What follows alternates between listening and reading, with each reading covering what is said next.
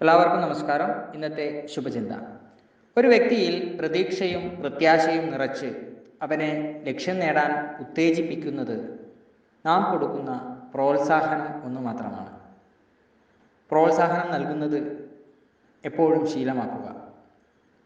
അതാണ് നമുക്ക് മറ്റുള്ളവർക്ക് കൊടുക്കാവുന്ന ഏറ്റവും വലിയ സമ്മാനം.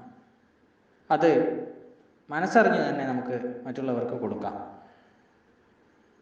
അവരുടെ തെറ്റുകൾ ചൂണ്ടിക്കാണിക്കുമ്പോൾ പോലും അവരുടെ ആത്മവിശ്വാസത്തിന് കോട്ടം തട്ടാത്ത രീതിയിൽ വേണം പറഞ്ഞു കൊടുക്കാൻ. അങ്ങനെ പറഞ്ഞു കൊടുക്കുമ്പോൾ എത്ര സന്തോഷമായിരിക്കും അത് അവരിൽ ഉണ്ടാക്കുക എന്ന് നിരീക്ഷിക്കുക. അപ്പോൾ മനസ്സിലാവും. എല്ലാവർക്കും നന്മകളുണ്ടാകട്ടെ. എല്ലാവർക്കും ജീവിത വിജയം ഉണ്ടാകട്ടെ. നന്ദി, നമസ്കാരം.